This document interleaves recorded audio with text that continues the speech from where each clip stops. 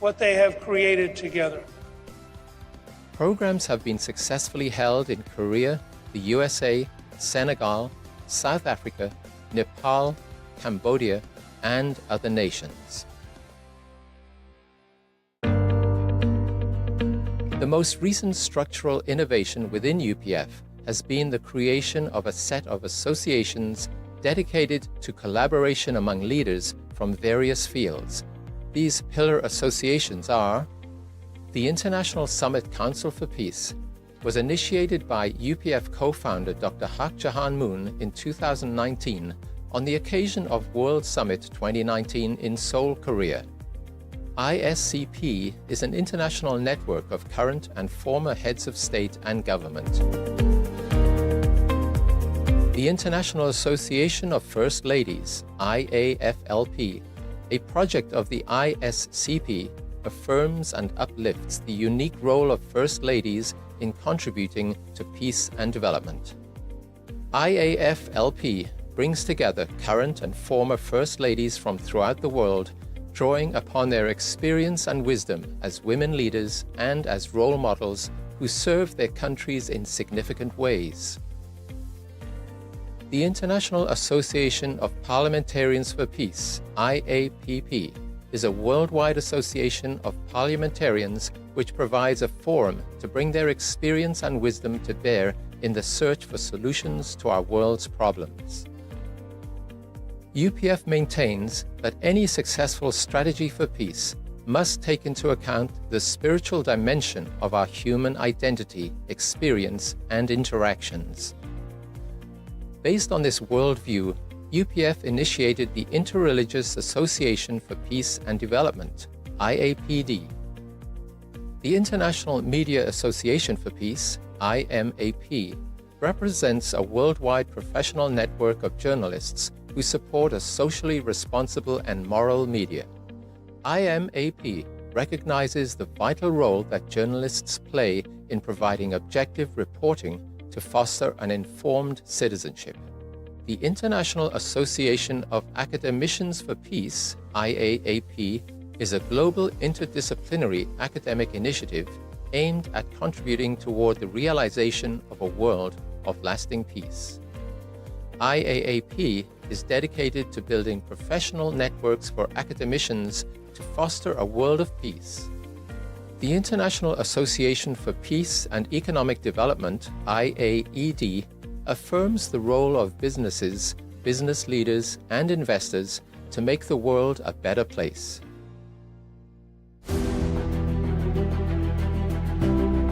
In early 2020, UPF convened a Rally of Hope featuring dignitaries including Pastor Paula White, Cambodia Head of State His Excellency Hun Sen, President Macky Sall of Senegal, former Canadian Prime Minister Stephen Harper, former US Speaker of the House Newt Gingrich, former UN Secretary General Ban Ki-moon, and many others.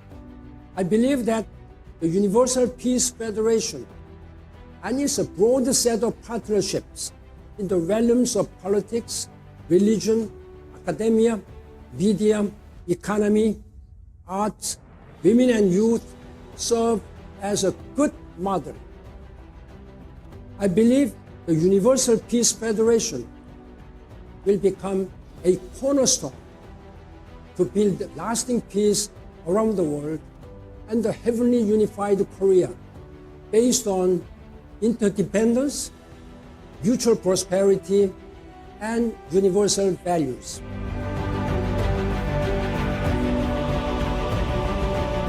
Celebrating 15 years, UPF will continue to grow through service, dialogue, and collaboration, guided by its spiritual and moral vision of one family under God.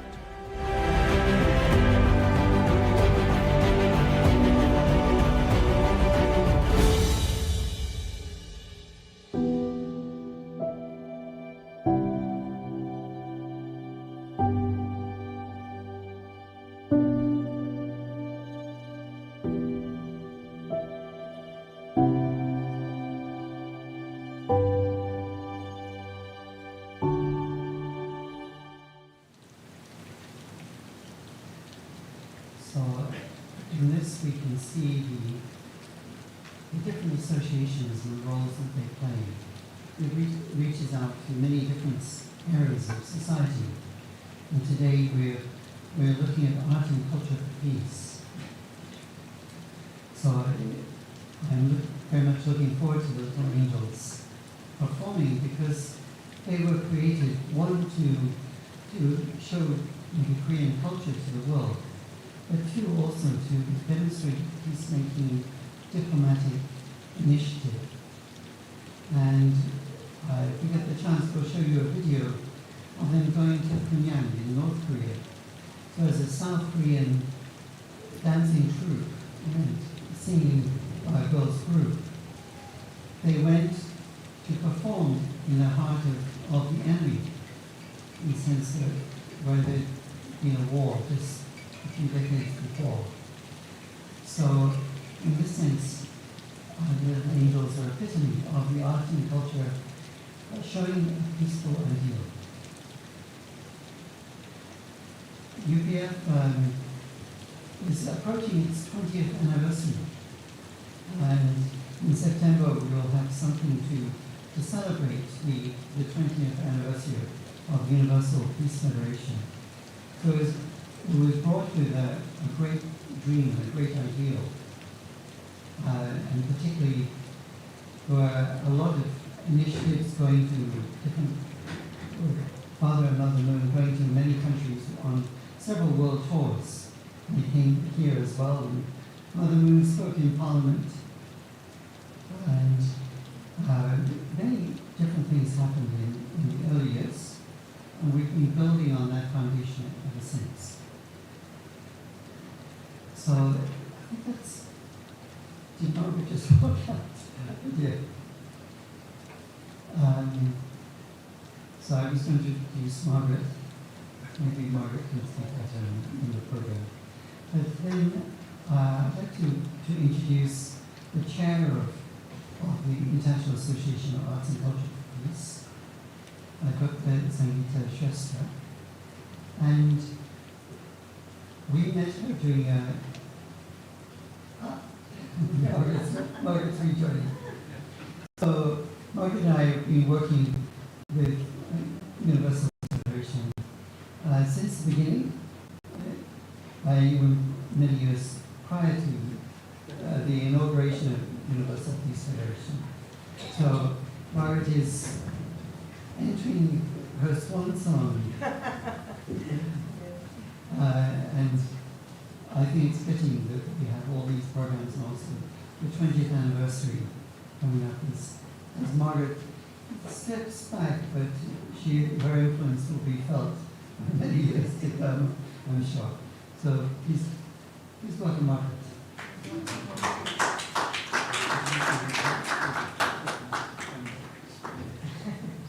I didn't know that there was a speech.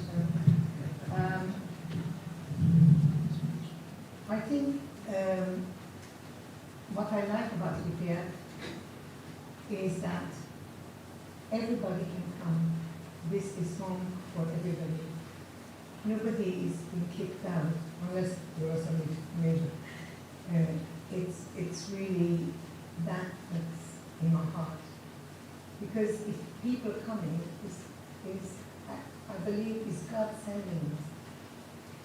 Because when you work with people that you don't know, and then you find out each other, it's something so great, in all these years, I found with very many good people. One of them is dead. And also, I feel we have to work together. We can't say we are these people and those people we don't like, and the other ones, we never heard of them. But for us in UPF, we've seen every kind of person, in every religion, in every culture, in every doing things together. So that's what I feel that it's good. And we have several areas of interest. It's It's be it for women, be it for young achievers, be it for family, and be it for working for coming together under God. This is so important. So I'm not going to say more because we didn't have anything. But I'm going to say that it's another time I can speak again. Thank you so much for coming.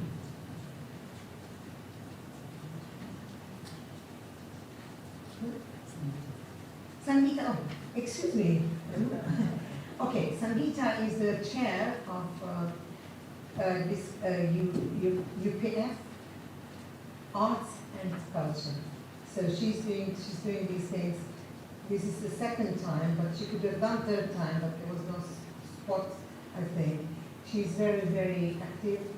She knows many people, you know, in her area. And also, we will hear from many cultures if we listen well. Please, come. Sangita is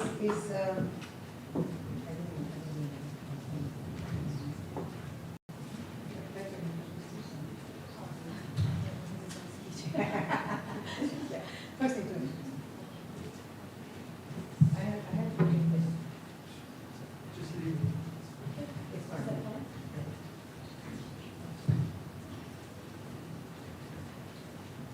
Good afternoon, everyone. Margaret left me to introduce myself. So I'm here, as Margaret has said, that I've been appointed as the chair of IAACP, International Association of Art and Culture for Peace.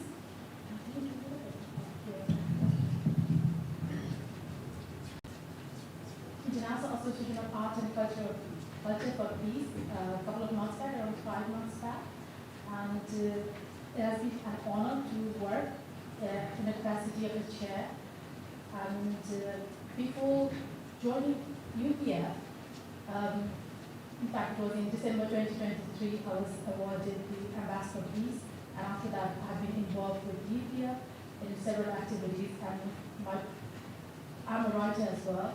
And as a writer, I've got a couple of books published. And one of my books was launched here at UPF, and UPF was kind enough to do several book signings. There were many days I came here, and there were like lines of people like signing books from me, and it was a very delightful time for me. So that's my introduction. Yeah. So it's a pleasure to welcome you all on behalf of the International Association of Arts and Cultural Peace at Universal Peace Federation today. I'm truly delighted to see so many friends, partners, and creatives gathered here today for an afternoon dedicated to peace, resilience, and power of expression. IAACP is a global network of leaders from across the arts, including performing arts, literature, fine arts, music, and dance. Artists are visionaries. Their creativity inspires and delights, and they have a unique ability to help us reflect on the possibilities of a more compassionate world. At IAACP, we bring these voices together to confront the challenges we face as one human family, and to highlight the opportunities for transformation through cultural dialogue and creative expression.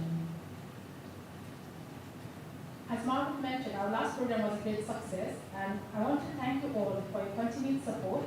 It's because of your encouragement that we're able to be creating inclusive and meaningful events like this one. This afternoon's theme, Voices and Music for Peace, Stories of Strength, is a powerful reminder of the role arts play in healing and hope. At a time of global unrest, art and music remain among our most powerful tools for building understanding. One that I hold close, especially on occasions like this, is art and music have always been humanity's most sincere expressions of hope. In a fractured world, they remain our most powerful instruments for healing, dialogue, and transformation. This event is a celebration of voices that refuse to be silenced and stories that continue to inspire. We are honoured once again to work alongside our friends at the Universal Peace Federation UK, and I extend my thanks to Robin Marsh and Margaret for the warm welcome and inspiring leadership. Today's program is deeply meaningful. We begin with a keynote from David Eaton, who will explore the role of music in peace building. We'll also hear from Ian Kalanchana, whose reflections in media and peace promise to be thought-provoking. Later, we'll listen to the song It's Time by Edward Blumer, and co-lyricist Dawaki Baskio will share the story behind it. And kindly speak on behalf of Romeo, who unfortunately couldn't join us today. His song Mother carries a heartfelt message of love and care. And of course, we are thrilled to welcome the Little Angels Choir, whose young voices remind us that peace starts with empathy and often begins at home. As we close later this evening with conversation and connection, I encourage each of you to carry these stories forward and to keep creating, listening, and sharing. Thank you all once again for being here, and let's continue to build a more peaceful world together. Thank you so much.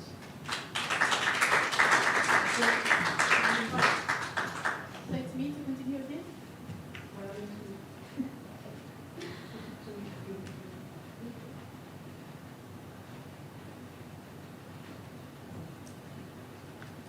Followed by my speech, there is a keynote speech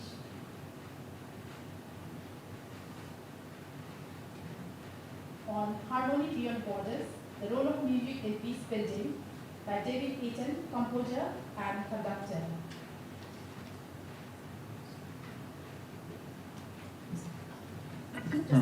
Greetings, everyone. Hello. Greetings from the USA. Can you hear me okay? Yes. Is the audio okay? Okay. Okay, thank you for the opportunity to Robin Marsh and our organizers in the UK for this opportunity to share a few words with you about the International Association of Arts and Culture for Peace. This organization was established in 2022 by one of the co-founders of the Universal Peace Federation, Dr. Hak Jahan Moon, who we also referred to as Holy Mother Han. And the idea was to create a vehicle or a way for artists who are engaged in music, dance, poetry, writing, to encourage them to use their creative abilities for the cause of peace or the purpose of peace. And I have a short video that I'd like to show to begin my presentation. One of my mottos is more music, less talk. So I want to share a short music video. This was from a concert I conducted in Taiwan that was sponsored by a Buddhist organization called the Swechcha Foundation. And the Swechcha Foundation was established in 1966. It's headquartered in Taiwan, and one of their primary emphasis is to raise money for disaster relief. They help support the victims of the tsunami in Japan, several hurricanes here in the United States. They've even provided aid, food, and medical aid to North Korea. And this was a fundraising concert. And the lead singer here is Israeli singer David Dorr, who I met in Israel on one of my trips to Israel back in 2004. And David sang a very interesting, it was a song that the Swechcha Foundation, it's their theme song called Family. And he learned it to sing it in Chinese for the people there. And they were very moved by his efforts. And the words are very meaningful. So I'd like to show that video, and I'll extrapolate a bit more after the video, if we can have that.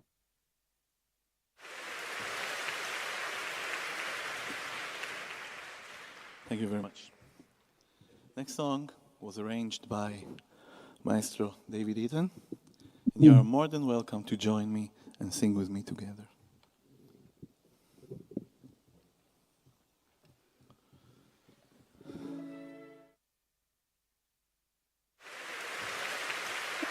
Good. Thank you very much. Next song was arranged by Maestro David Eaton. And you are more than welcome to join me and sing with me together.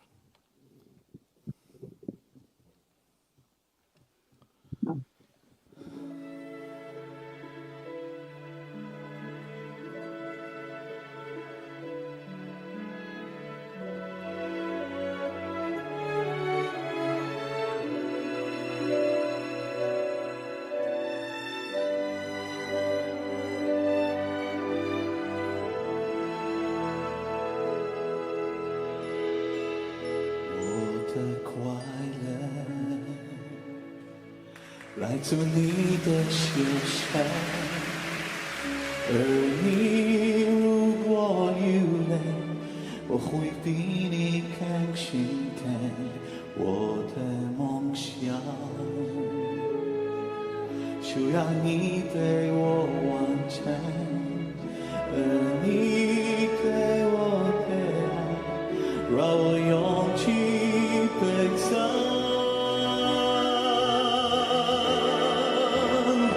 因为我们是一家人，相依相惜，彼此都感恩。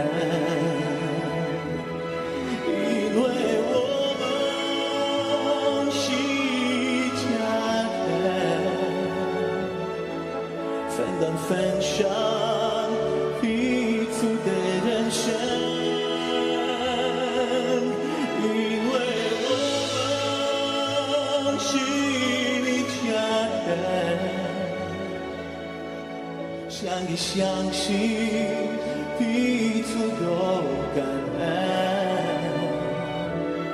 因为我们是一家人。分享彼此的人生。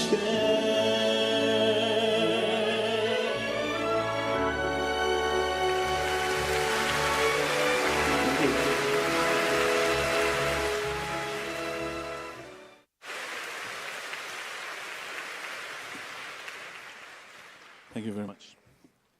Next song was arranged by Maestro David Eaton. And you are more than welcome to join me and sing.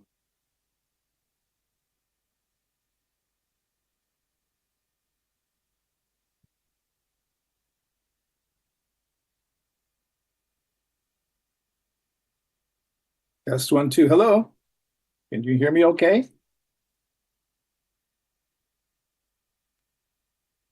Okay, so apparently we had a problem with the audio. I don't know if I could not hear the music. Did anyone else hear the music? You could hear it? No? Okay. Well, maybe we'll try again later.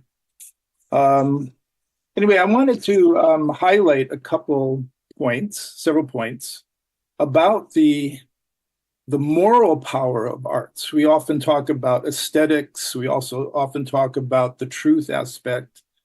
And several years ago, I published a book, What Music Tells Me, Beauty, Truth, and Goodness, and Our Cultural Inheritance. And a central narrative in the book was about the goodness aspect, the moral aspect, and the transformational power of beauty, not only artistic beauty, but the beauty of nature. We understand beauty has can have a deep effect on our psyche. It can be transformative. When we hear music or experience a dance or a beautiful poem, we can be open to new ideas. And I begin the book with a quote by the American composer, conductor Leonard Bernstein. And he says, "Art cannot change events, but it can change people. It can affect people so that they are changed, because people are changed by art, enriched, ennobled, encouraged. They can act in a way that may affect the course of events by the way they vote, the way they behave, and the way they think."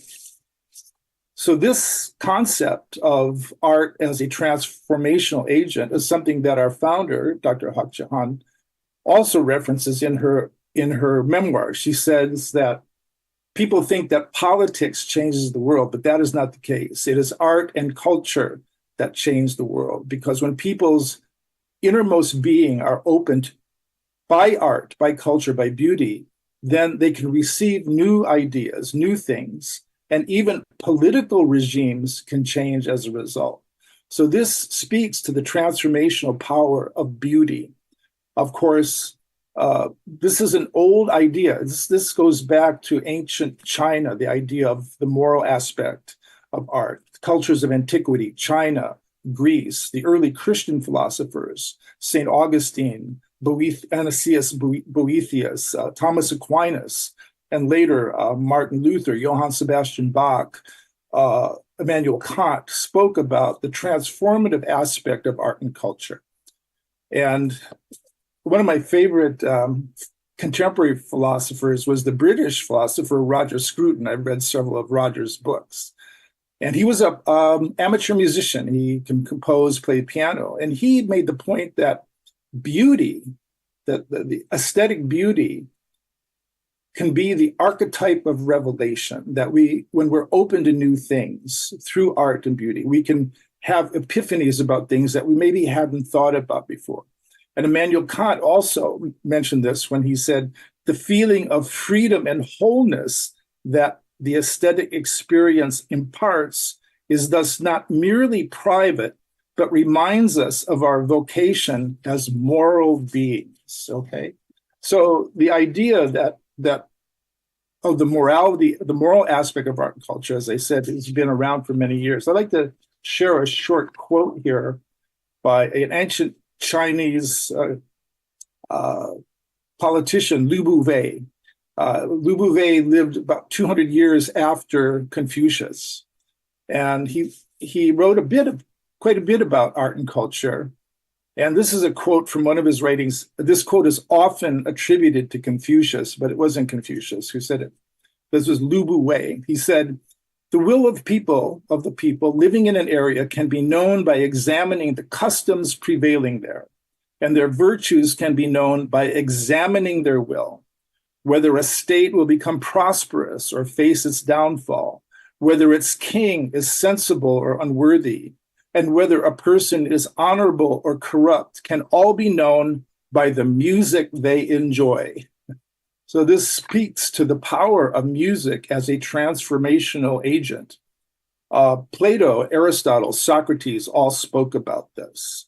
There was a Greek philosopher, Damon of Athens, who is referenced in some of Plato's writings, who said, "If you change the songs of a nation, soon you will change the laws of a nation." He understood that the power of music and beauty could affect how people think, which gets back to what Leonard Bernstein said and Dr. Hak Jahan said, that the power of music and art can be transformational. So this brings up the point. When we create something and put it before the public, what we put before the public has consequences, okay? And there's this moral aspect. And we have a certain power as artists to do that. So the question becomes, how do we use our power as artists in our communities and that which we create? So putting that in perspective, we can understand that art isn't merely about aesthetics, but there's this other aspect about art, which is the goodness aspect, or what we call axiology, the study of values in terms of art and everything, right? So when Dr. Hak Jahan formed or initiated the IAACP initiative, I was actually in Korea at the time at the speech when she spoke about this. And I want to, since we're in Europe here, I wanted to share this quote from her speech when she says, this is from her speech that this was November 22nd, 2020. She said, "In the past, the Christian cultural realm waited for the Messiah to come again. An ancient, beautiful culture was formed with the European continent as its center. It is still loved today by all peoples of the world. That culture is the culture of longing for the Messiah. What I want to say now is that although due to the fall, people have been lacking in filial devotion to our heavenly parent, who has endured and waited 6,000 years for us, I wish to see their beautiful arts, which express the love and joy and praise that they return to their parent. Those arts we want to see shining forever through the revolution of the culture of heart. The arts are also a swift path by which the world can become one." So she's referencing a very specific culture, the European culture, out of which much of the classical music, classical art, classical literature came. And this art and culture was motivated, or the impulse in creating this art was a deeply religious and liturgical impulse, and centered on a specific religious belief. So we have an idea or concept that the great art of Europe had a certain role to play in helping shape culture in a way. And it's very interesting to see that there are great symphony orchestras in Asia now, in South America, not only in Europe, right? The most famous youth orchestra program in the world over the last 40 years has been in Venezuela. The Venezuelan Youth Orchestra project, known as El Sistema, the system, has been one of the great youth orchestra programs ever created. And it was created in a non-Western culture, but it speaks to the beauty, the transformational beauty, the universal beauty of this particular art and culture. So whether we're dancers or poets or composers, writers, we have a certain moral obligation to use our art, to use our talent in ways that can advance the cause of peace in whatever we do. So with that, I'd like to thank, again, the sponsors here for giving me the opportunity to share a few words with you, and look forward to more give and take in the days, months ahead. God bless. Thank you.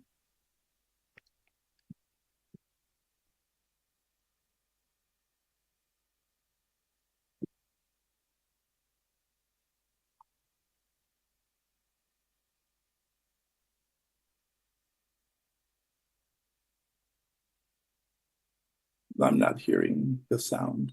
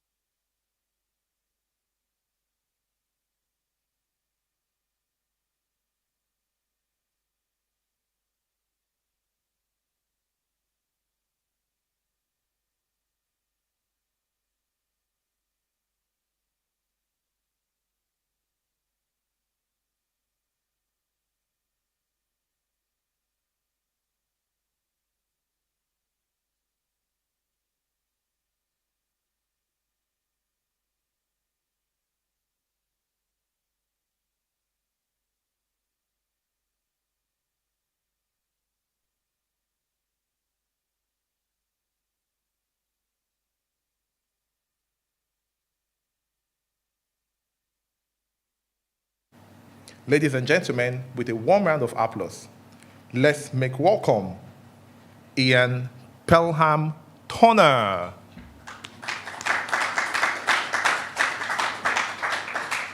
Keep clapping till he comes on stage.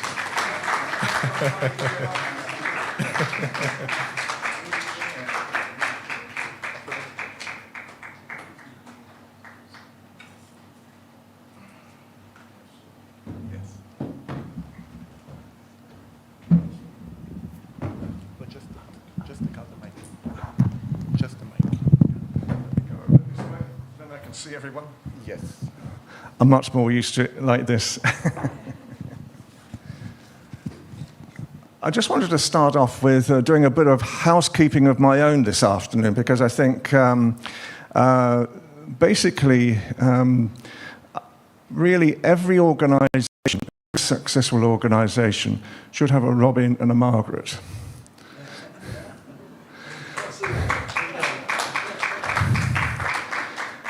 And I think they remind me of Batman and Robin. So, you know, if you've ever seen Batman movies, he sends the bat signal up into the sky. Well, it's similar with UPF. You know, all of a sudden, you suddenly get this message from them written in the sky saying, can we help? Can you help? Of course we can. And I think UPF personally, first of all, has helped me to find peace. Because there are so many things that go on in life. On the 4th of July, Independence Day, I celebrated 59 years as a journalist. And it's an amazing career, an amazing life. And do you know what? I'm still doing it.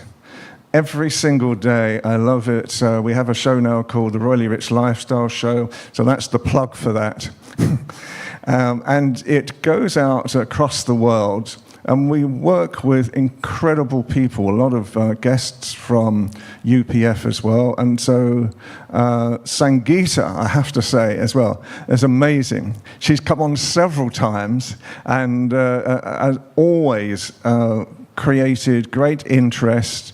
And I have to say that when Sangita comes on, we get a very much larger audience as well. So I think you're our lucky rabbit's foot, you know, when it comes to audience situations. And so when I was asked to talk about peace, I looked at it and I thought I'll do a bit of research first of all. And my research was really, the title I put in is, how do you create peace? And that was quite an interesting reply because I have to put my glasses on now.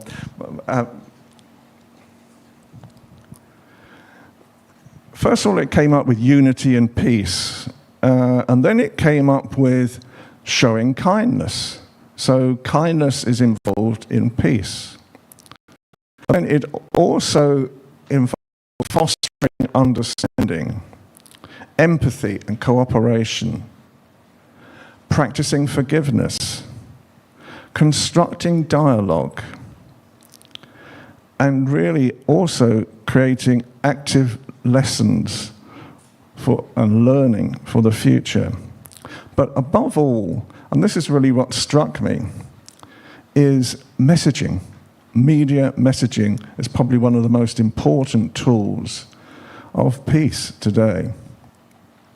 And I think, you know, the reality is, obviously I've got, as I was saying to someone yesterday, I have a story for every occasion. So one of my peace stories was that I was in Lebanon in 2022, 2023. And we were then asked, a group of us were asked to create peace television in Lebanon. And this was before the Israelis started the attacks again, and obviously it stopped all the situations that we were trying for. And at the time, it was the most incredible journey to be on. You know, I'd been in war-torn situations before, but this was wartime in peace in Lebanon. This was the most incredible time where you would see children, 3, 4, and 5 years old, begging. You would see that the average wage each month for people in Lebanon was $7. You would look at how much petrol cost, how much water cost, how much all the fundamentals cost as well. And then you looked at who owns those, and it was government ministers who owned it. So there was a lot of potential corruption going on at the same time. And it really stood out for me because all that time, they still showed kindness, they still showed respect, they still showed that they wanted peace. And as part of my journey, I was asked to go and meet Hezbollah. Now, when you're meeting groups like that, obviously we have to be very careful. And I think, you know, I was taken by an army group, a Hezbollah army group, to make sure that I was safe. And we met several groups within the enclaves of Hezbollah in the Lebanon. And then we were asked to have lunch. Now, downstairs, I was just looking at the lunch or the food that's being provided after this event, and it reminded me of that room. And we were taken into the room where there were 30 people living in the same house. That's how poverty actually sort of struck in the first place. And there was this long trestle table, and it was bowing with food. I mean, you know, every type of dish that you could possibly get, every type of food that you could possibly want was there. And then we discovered that all 30 of them hadn't eaten for 3 days so that they could put food on the table. And so I look at that, and first of all, I think we need to create more peace. We need to create more opportunities as well. But then I was talking to a 14-year-old girl, and I can't get this 14-year-old girl out of my head, because basically I was talking to her and she was learning English. So she was trying her English out on me, and I'm talking away to her. And one of the questions I asked her was, what do you want to do with your life? What's going to be significant in your life? And she looks me straight in the eyes and she says, I want to become an airline pilot. Now, I can't get that girl off my mind because I hope she's alive. Because the reality at the moment, what is going on again in Lebanon, along with several other the Middle Eastern countries, is really, that's not peace. That's war of the worst type of description that you can ever possibly see in your potential life. And I think, you know, for me, when I look at peace, what are the implications of peace? How do you create peace? I think you create peace, first of all, in my world, by describing what is happening. How do you actually create the synergies about what is physically happening on the ground? And as you look at sort of different parts of the world, and we're looking at obviously what's going on in the Middle East, we're looking at what's going on in Ukraine right now. In the Middle East, and especially, you know, places like Palestine, and really the banks around the area as well, how do you create a situation where right now media is not allowed in? And so media is not allowed in, so that in reality, whatever is the organization that is putting out and killing people can do it without any real need to justify themselves at all. Is that peace? Absolutely not. That's not peace. And so, you know, whilst I talk about peace, and I think peace is very important, you know, one of the reasons I joined UPF in the first place is that, you know, peace to me is so important in this world. When I've seen so many different times in my life where war has hit, where strife has happened, I was reminded of another occasion. I used to be an investigative journalist before I moved into television. And one time I was in Romania, in Bucharest, and this is in the 1980s.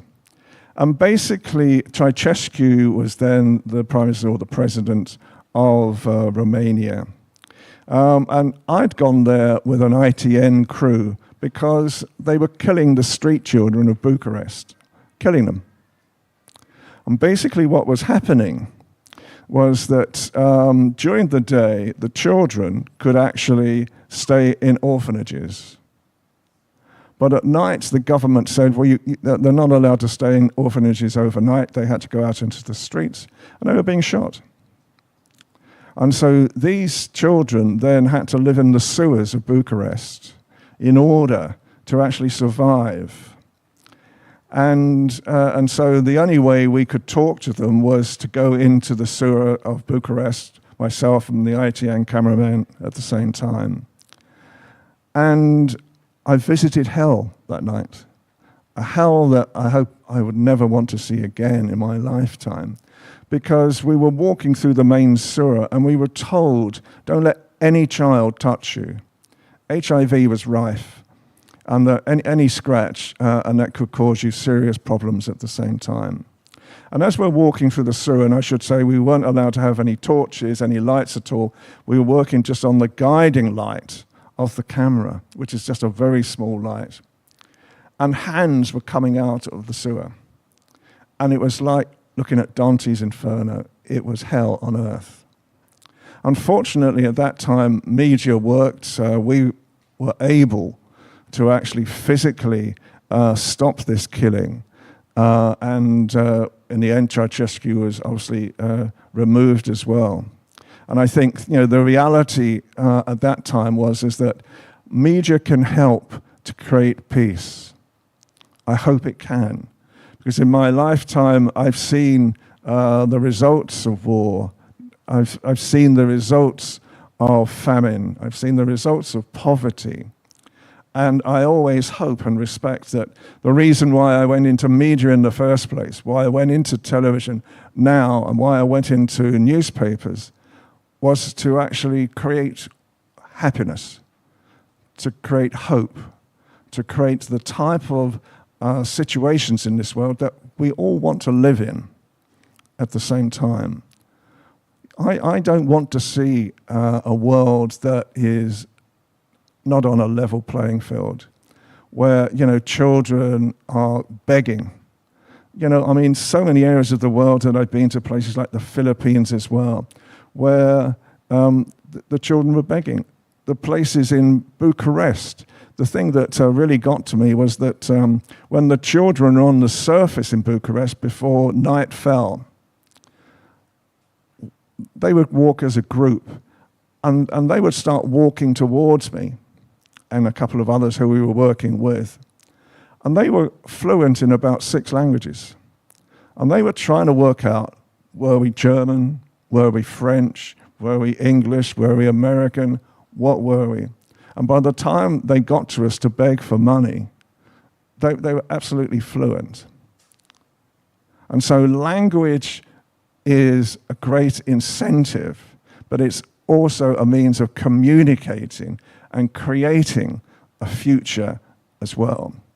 And so with television nowadays, television wants to help. Our own TV show now is broadening its output. We've just signed a new agreement that will put us on Samsung TV now as well. So we are now starting to be seen more and more countries around the world.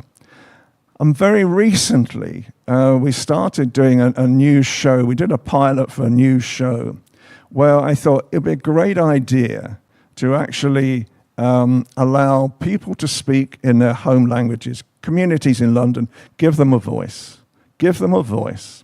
And so we had 8 different people speaking first in their home language and then in English as well. And do you know what? We got a 5 million audience. A 5 million audience for it. So people are crying out, and I look at all these faces as well. You are incredible people. Thank you for coming today as well, because I think this is so important for music and art at the same time. And I hope, just to finalize it, you know, these days, UPF is a great organization to be part of. And as I say, Margaret's just come back in the room, so she missed how I described her. I said every organization should have a Robin and Margaret. But I likened you to Batman and Robin. And I think what you bring is happiness, peace, and my goodness me, you work so hard towards it, the two of you, so it's congratulations again. So thank you for your time. I hope that might have been something. If any people want to talk to me afterwards, I'm always here to talk as well. Thank you.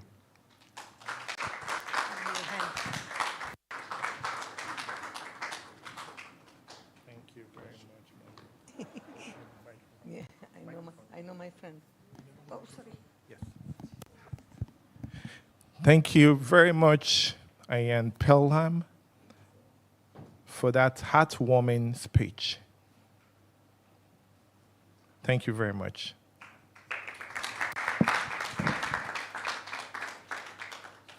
I wanted to ask if one or two persons would have a question for you, but you are already gone.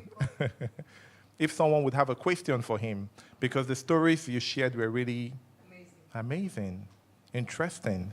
If there's time left. Yes, we'll do that, because I for one, I have a question. You know, going into scary places like that, there's a lot of questions that I would love to ask.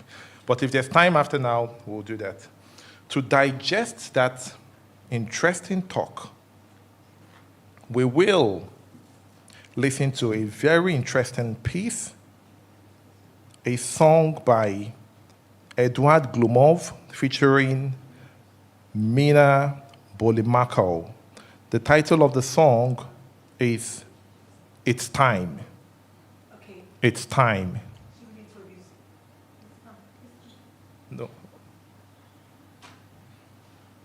No. Not yet. I'll call you. I'll call you. It's time for the song, but there will be time for you to come on stage.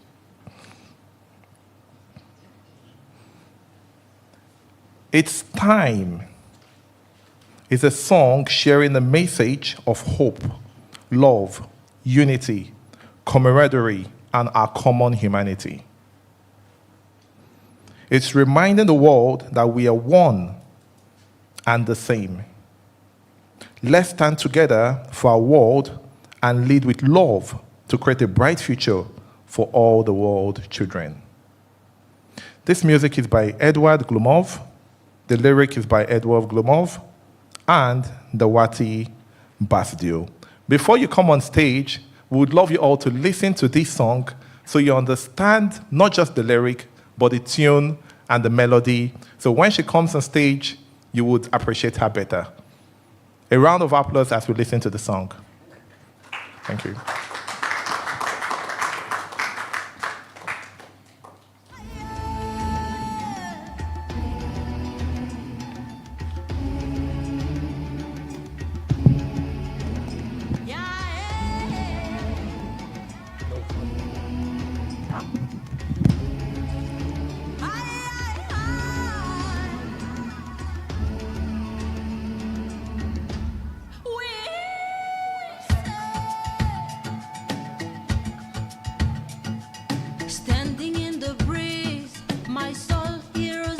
When the volume comes up, start it afresh, so we don't mute. A carcass in and now for all the hearts that flickering. The time is here and now. I'm looking at